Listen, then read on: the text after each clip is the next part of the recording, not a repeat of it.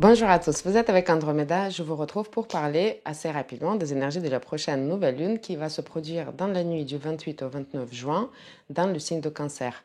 C'est une nouvelle lune intéressante à tout point de vue, notamment parce qu'elle intervient après le moment de solstice d'été et on va en parler plus en détail à la fin de cette vidéo. Qui dit nouvelle lune dit la naissance d'une nouvelle énergie, la naissance d'une nouvelle dynamique aussi. Il va y avoir un sujet particulier dans notre vie qui va nous préoccuper plus que d'autres et avec les énergies de signe de Cancer, la question de foyer au sens large peut se poser pour de nombreuses personnes.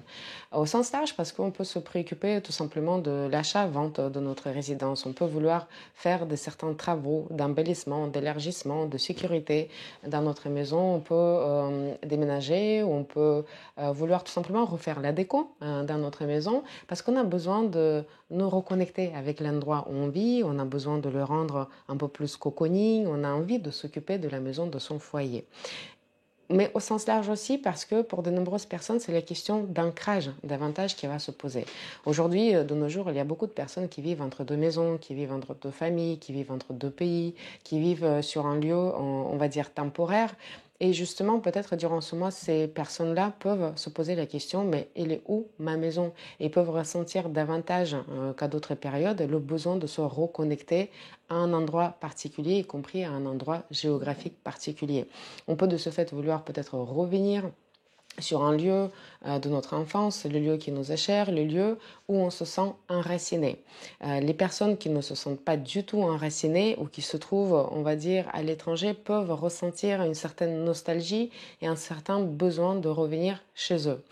Ce sentiment d'ancrage, il est vraiment très important tout au cours de notre vie, mais il va juste être accentué avec les énergies de cette nouvelle lune. Mais c'est un bon mois justement pour se poser cette question. Où est-ce que je me sens chez moi?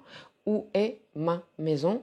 Et où j'ai envie de pousser mes racines?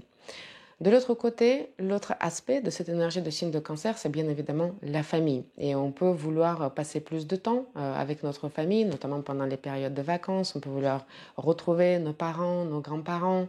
On peut vouloir refaire ces dîners de famille et c'est très bien quand ça se passe bien. Mais pourtant, cette nouvelle lune, elle est quand même au carré de Jupiter. Elle est conjointe avec la lune noire et il y a, on sait, des familles où tout ne se passe pas forcément très bien, où il y a des différends, où il y a des tensions, où il y a des disputes.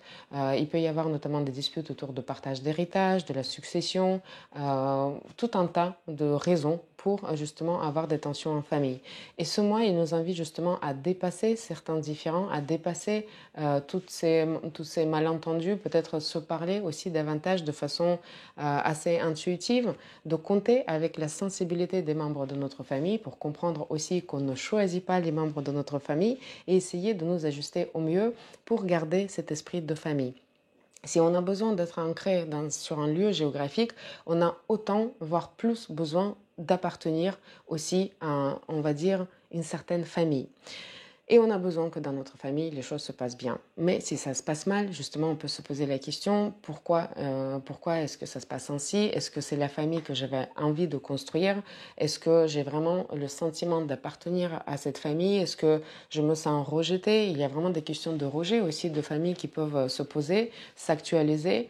Et on peut parfois se sentir peut-être un peu victime. Pour des personnes qui n'ont pas de famille, il peut y avoir un certain élan justement de prendre soin des autres personnes, de retrouver cette famille ailleurs, sur un lieu de travail, dans une association, peut-être sur tout un tas de possibilités se présentent en nous pour qu'on puisse retrouver cet esprit de famille où on s'entraide, où on s'écoute, où on prend soin les uns des autres. Donc, l'autre question, à part elle est où ma maison, elle est où ma famille? Certaines personnes vont vouloir créer la famille justement, et d'ailleurs la nouvelle lune dans le signe de Cancer, elle est extrêmement fertile. On peut vouloir concevoir les enfants, on peut se marier, on peut vouloir créer le foyer, on peut préparer l'arrivée d'un enfant et de ce fait justement faire des différents travaux. On peut envisager seulement de se projeter avec une certaine personne pour créer une famille. Mais on a besoin, plus qu'à d'autres moments, de recréer cet espace de sécurité dans lequel on évolue. On peut materner beaucoup. D'ailleurs, le rôle de maman peut être prédominant durant ce mois. On peut vouloir peut-être reprendre contact avec la mère, passer plus du temps avec la mère, ou peut-être justement dépasser certains différends qu'on peut avoir avec la maman. Et il faut profiter de ce moment justement pour peut-être remettre à plat certaines choses, pour remettre la paix au centre du foyer de la famille. On est très intuitif avec les énergies de signe de cancer. Notre intuition va être plus vive que jamais. On est très perspicace, on est très sensible. Mais l'autre revers de la médaille, c'est qu'on peut aussi être hypersensible, on peut être très susceptible et on peut se faire submerger aussi par son émotion. Donc, il convient de faire assez attention à ces états émotionnels durant ce mois. Pas uniquement parce qu'il s'agit d'une nouvelle lune dans le signe de cancer, mais parce que cette nouvelle lune, elle est conjointe avec la lune noire. Et c'est assez intéressant parce qu'à ce moment de l'année, le soleil est dominant. C'est-à-dire que la journée est la plus longue, la nuit est la plus courte, et donc notre principe de conscience domine. De l'autre côté, la lune noire représente justement nos différents programmes les plus enfouis, les plus inconscients, mais tellement inconscients qu'il est même difficile de nous rendre compte que ça fait partie de nos programmes. Et justement, cet inconscient peut ressortir à travers les différents états émotionnels. Comment les reconnaître? Et on peut les reconnaître à l'intensité de l'émotion que vous vivez. Si vous vivez quelque chose de façon très forte et cette émotion vous épuise, cette émotion vous pompe de l'énergie, c'est que justement il y a quelque chose à creuser. Pourquoi cet état m'arrive et pourquoi je me mets dans tous ces états-là? Avec cette émotivité, on peut passer vraiment d'une émotion à l'autre, mais c'est vrai que pour le signe de cancer, l'émotion est présente tout le temps et elle est vraiment vécue de façon très intense sur le moment. C'est très difficile de juste se calmer et passer à autre chose. Et c'est une raison de plus pour aller creuser un petit peu les raisons de ces états émotionnels forts. Avec ce carré à Jupiter, on peut avoir pas mal de reproches par rapport aux autres personnes parce qu'on est la personne, on se considère la personne qui prend soin des autres personnes, qui fait tout pour les autres personnes, qui materne, qui sécurise, qui assure de tout point de vue la vie matérielle, la vie psychologique, le bien-être, etc., etc. Et on peut avoir l'impression que les autres ne nous le rendent pas pareil, que les autres ne se préoccupent pas de nous, qu'ils ne nous écoutent pas, qu'ils ne prennent pas soin de nous, en tout cas pas autant que nous, on voudrait. Et de ce point de vue, on peut facilement passer d'un état d'un adulte hyper responsable à un état d'un enfant hyper capricieux. Quand ça arrive, justement, ça nous montre un certain déséquilibre et on peut découvrir ces programmes inconscients qui nous rendent justement parfois d'un extrême à l'autre. C'est-à-dire qu'en sécurisant davantage la vie des autres, en fait, c'est notre propre besoin qu'on projette sur les autres personnes. C'est notre propre besoin de sécurité qu'on projette sur les autres personnes. Mais quand on met la source de cette sécurité à l'extérieur et on attend qu'elle soit assurée par des personnes extérieures, souvent on ne s'y retrouve pas. Parce que déjà, on ne peut pas le réclamer ça par rapport aux autres personnes et puis ça va jamais être de la façon dont on attend. Ça nous amène à nous poser la question comment je peux sécuriser davantage ma vie, comment je peux me procurer cette sécurité et de ce point de vue, au lieu de jouer un rôle de parent responsable et d'un enfant capricieux, nous retrouver dans notre rôle d'adulte responsable pour sa propre sécurité et pour sa propre vie. Ça va éliminer beaucoup de reproches par rapport aux autres personnes et ça va nous permettre de retrouver une certaine, on va dire, sérénité aussi émotionnelle. Avec les énergies de signe de cancer et ces états émotionnels, bien évidemment, on peut somatiser beaucoup. Donc, pour certaines personnes, sur le fond de ces différentes émotions, certains problèmes ou troubles de santé peuvent apparaître, comme le trouble de sommeil, comme les troubles aussi alimentaires. On peut vouloir peut-être manger trop, manger n'importe comment. Et justement, faisons attention à ça durant ce mois. Ne cherchons pas à compenser par des mauvaises habitudes les manques psychologiques que nous avons. Je parle beaucoup de psychologie à l'occasion de cette analyse puisque le signe de cancer, c'est un signe aussi où la psychologie est très forte. Donc on est très à l'écoute avec les autres personnes et on aime bien creuser justement tous ces aspects psychologiques, d'où on va dire c'est un mois assez propice pour justement travailler avec des psychologues, pour aussi être à l'écoute de ses émotions, à l'écoute de ses besoins, à l'écoute de soi-même, se reconnecter avec son corps, avec son esprit, avec sa psychologie et justement peut-être on va découvrir certaines choses totalement inconscientes qui nous guidaient vers quelque chose qui ne nous apportait pas la satisfaction. Donc faisons de nous et de notre état émotionnel, mental, physique, la priorité durant ce mois, tout en évidemment accordant aussi l'écoute et le soin par rapport aux autres personnes, notamment les personnes qui nous sont proches. On a besoin d'être câlin, on a besoin d'être, on va dire, euh, voilà, sensible, on a besoin de cette tendresse. Hein. Il y a beaucoup de tendresse avec les énergies de signe de cancer. Quand on parle de l'archétype de signe de cancer, c'est évidemment la maman qui est là, la maman qui est douce, la maman qui est tendre, la maman qui est à l'écoute et la maman qui assure aussi beaucoup de choses.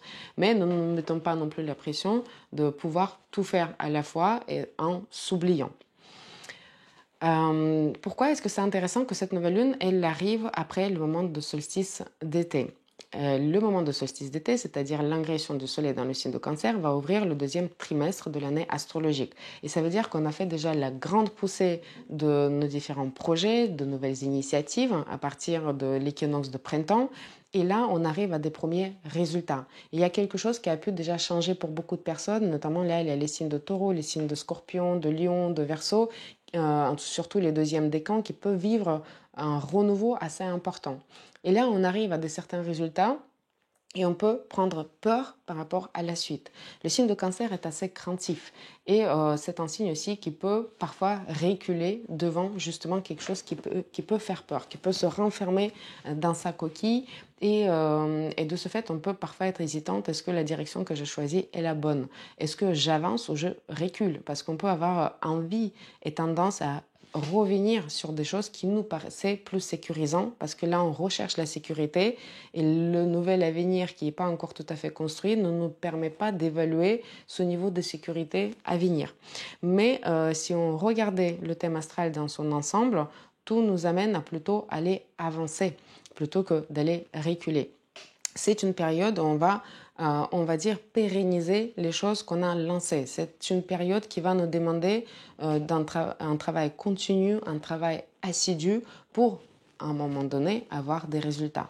Notamment, il y a Saturne qui est retourné dans son mouvement rétrograde, qui nous amène à cette responsabilité, à ce travail un peu voilà, de longue haleine. Maintenant, il faut arroser ce qu'on a semé pour avoir des fruits par la suite.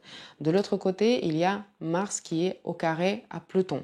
Ça veut dire que peut-être on va rencontrer des obstacles. Et très probablement, on peut rencontrer des obstacles, qu'ils soient extérieurs, qu'ils soient intérieurs aussi. Hein. Notre propre combat intérieur peut avoir lieu et il peut y avoir des choses peut-être à propos de notre tactique qu'on aura besoin de changer. Peut-être on va devoir faire les choses un peu différemment par rapport à ce qu'on avait l'habitude de faire et il faut se montrer assez flexible pour pouvoir le faire. Mais Vénus quand même qui est maître de nos lunaires nord, celui qui nous montre notre évolution, et il se trouve à un bel aspect à Jupiter, un sextile à Jupiter, et ça nous amène à penser qu'en fait, si on continuait notre élan. Mais je vous rappelle évidemment le projet qui a été réfléchi, pas le projet qui est tombé un peu de façon, voilà, qui est venu de nulle part, auquel on n'est pas préparé. Mais si on a lancé quelque chose et on continue cet élan, continuons. Cet aspect de Vénus à Jupiter, on va dire, il nous crée une belle promesse qu'on pourra arriver à de bons résultats de ce que l'on souhaitait. Et que toute cette ambition et cette énergie qu'on a mis au départ, elle va servir à quelque chose si on avançait. Donc, n'ayons pas peur aux yeux d'avancer. C'est comme ça que j'ai appelé cette vidéo parce que je pense que pour beaucoup de personnes, c'est un moment tournant. N'oublions pas que le signe de cancer, c'est un signe cardinal, donc c'est un signe d'action. Certes, d'une action parfois peut-être un peu de tournée, un peu psychologique, un peu plus douce, mais d'une action quand même. Et il y a beaucoup, beaucoup de volonté aussi dans le signe de cancer. Mais voilà, pour avancer, on va dire, ce qui motive le signe de cancer à avancer, c'est cette recherche de sécurité future, mais c'est aussi la même chose qui peut empêcher le cancer à avancer quand on a besoin de retrouver la sécurité du passé. Donc on peut être entre les deux périodes, mais moi je vous invite en tout cas, pas de façon individuelle, attention, parce que chaque cas est très particulier et individuel, mais si cette vidéo vous parle, ce contexte vous parle, avançons et travaillons justement sur ce qu'on a lancé, sur ce qu'on a créé pour pouvoir amener à sa fin cette nouveauté, ce changement important qu'on a introduit dans notre vie. Voilà très brièvement pour l'analyse des énergies de cette nouvelle lune. Je vous remercie d'avoir regardé cette vidéo et je vous retrouve bientôt pour analyser les énergies de la pleine lune qui se produira dans le signe de Capricorne. Merci, au revoir.